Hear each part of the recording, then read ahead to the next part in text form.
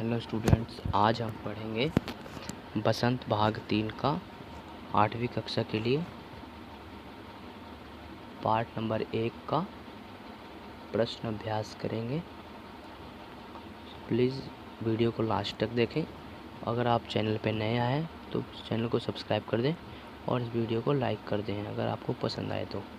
चलिए पढ़ते हैं पार्ट नंबर 1 के क्वेश्चन आंसर। तो जो हमारा कविता से पहले प्रश्न नंबर 1 है, कवि को ऐसा विश्वास क्यों है कि उसका अंत अभी नहीं होगा। जो हम कविता पढ़े हैं तो उसमें ध्वनि पाठ का नाम है। तो कवि को ऐसा क्यों लग रहा है, विश्वास है कि उसका अंत कभी नहीं होगा। तो इसका उत्तर देखते हैं। तो इसका उत्तर ये है, कवि को ऐसा विश्वास इसलिए है क्योंकि अभी उसके मन में नया जोश व उमंग है। उसे अभी काफ़ी नवी कार्य करने हैं। वह युवा पीढ़ी को आलस्य की दशा में उबारना चाहते हैं।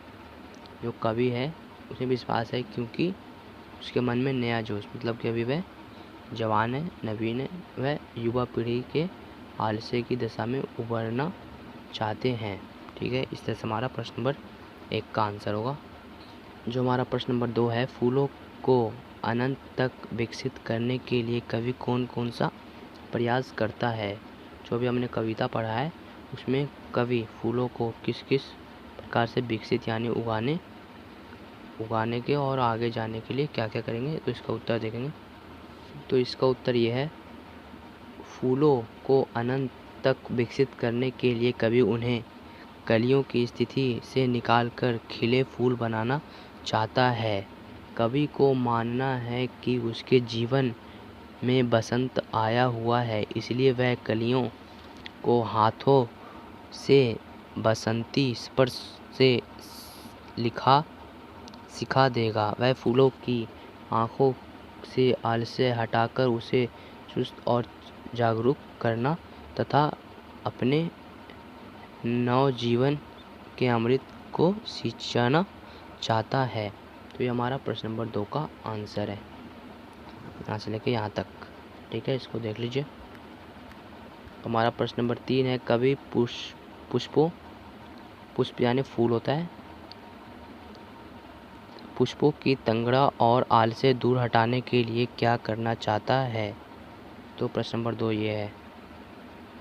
तो हमारा प्रश्न नंबर 3 का उत्तर ये होगा, कवि पुष्पों की तंगड़ा और आलस्य दूर हटाने के लिए उन पर अपना कोमल हाथ फेरकर उन्हें जगाना चाहता है। वह उन्हें चुस्त, प्राणवान, आभावान और पुष्पित करना चाहता है ताकि वे बसंत और सौंदर्य को अभी भी मनोहारी बना दे। कभी नींद में पड़े युवकों को प्रेरित करके उनमें नए उत्कर्ष के सौपन जगा देगा, उसका आलस्य दूर भगा देगा तथा वह उनमें नए उत्साह का संचार करना चाहता है।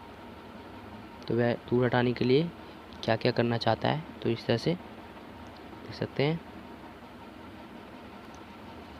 ठीक है, हाथ फेरकर जगाना चाहता है, फिर चुस्त, प्राणवान और अभावान पुष्पित करना चाहता है ताकि वे सौंदर्य का भी मनोहरी बना दे। तो इस तरह से हमारा प्रश्न नंबर 3 का उत्तर होगा। तो अब है कविता से आगे। जो हमने अभी कविता पढ़ा ध्वनि, अब उसके आगे है, बसंत को ऋतुराज क्यों कहा जाता है, आपस में चर्चा कीजिए। बसंत को ऋतुराज क्यों कहा जाता है, इसका आंसर देखेंगे। तो इसका उत्तर कुछ ज़्यादा बड़ा है, देख लीजिए। बसंत को ऋतुराज कहा जाता है क्योंकि यह सभी ऋतुओं का राजा है। बसंत सभी ऋतुओं का राजा है।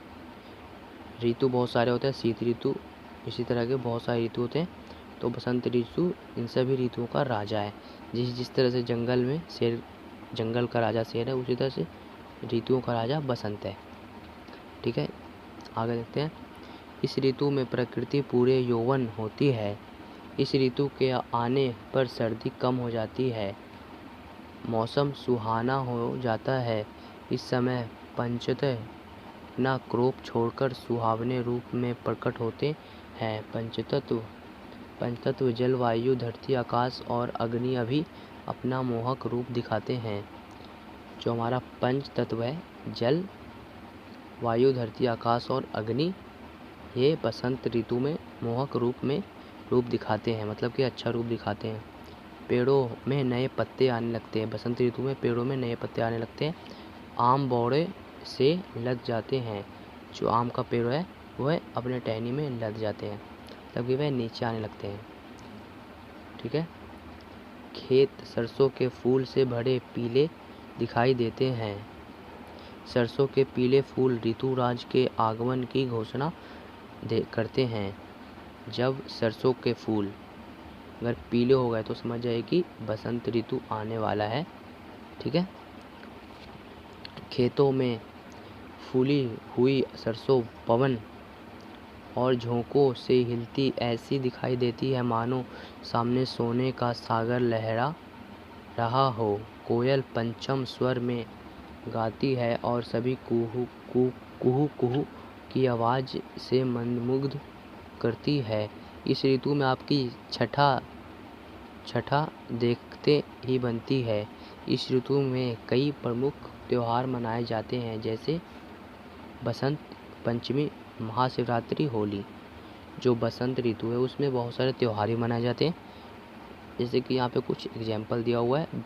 बसंत पंचमी, महाशिवरात्रि और होली। होली भी बसंत ऋतु में ही मनाया जाता है। तो अब हम देखेंगे कविता से आगे का प्रश्न नंबर 2। बसंत ऋतु में आने वाले त्योहारों के विषय में जानकारी एकत्र कीजिए और किसी एक त्योहार पर निबंध लिखिए। तो बसंत ऋतु में कौन कौन से त्यौहार होते हैं अभी हमने पढ़ा था, तो इन्हीं में से किसी एक पर निबंध लिखना है। ठीक है, तो चलिए लिखते हैं।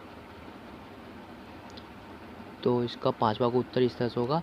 बसंत ऋतु का समय फागुन, चैत और बैसाख के माह में आरंभिक दिनों अर्थात मार्च अप्रैल में होता है। इसकी अवधि लगभग 2 महीने होती है।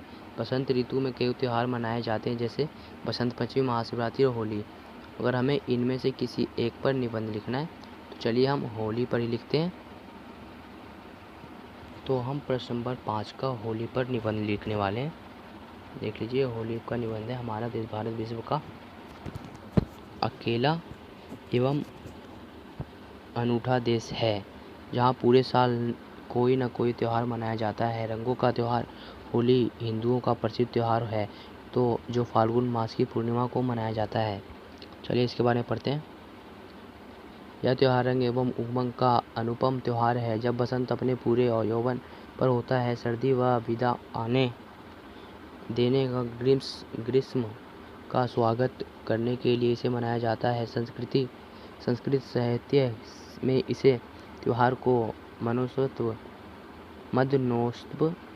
के नाम से भी पुकारा जाता है। होली के संबंध में एक पैराग्राफ कथन प्रचलित है कि भगवान विष्णु के परम भक्त प्रहलाद को अग्नि में जलाने का प्रयास में उसकी बुआ होलिका अग्नि में जलकर स्वाहा हो गई थी। इसी घटना के याद में प्रतिवर्ष होलिका दहन किया जाता है। दूसरे दिन फाग खेला जाता है। इस दिन छोटे बड़े, अमीर गरीब आदि भेदभाव मिट जाता है। सब एक दूसरे पर रंग फेंकते हैं, गुलाल लगाते हैं और गले मिलते हैं। चारों ओर आनंद, मस्ती और उल्लास का समा बंध जाता है। ढोल और थिरकते मंजीरे की ताल पर झूमते, नाचते गाते लोग आपसी भेदभाव भुलाकर अपने शत्रु को भी गले लगा लेते हैं। परंतु कुछ लोग अशोभनीय व्यवहार कर इस त्योहार की पवित्रता को नष्ट कर देते हैं, और जो कि उचित नहीं है। तो आगे है पैराग्राफ। हमारा कर्तव्य यह है कि हम होली का त्यौहार उसके आदर्शों के अनुरूप मनाएं तथा आपसी वैमनस्य, बैर भाव, घृणा आदि को जलाकर एक दूसरे के गुलाल लगाकर आपस में प्रेम, एकता और सौंदर्य बढ़ाने का प्रयास करें। होली के अवसर पर आओ एक दूसरे पर गुलाल लगाएं, अपने सब भेदभाव भुलाकर प्रेम और सौंदर्य बढ़ाएं। तो ये हमारा आज का जो हमने आज पढ़ा है, तो इस तरह से हम आज पढ़ लिया है। ये प्रश्न अभ्यास पाठ नंबर 1 ध्वनि।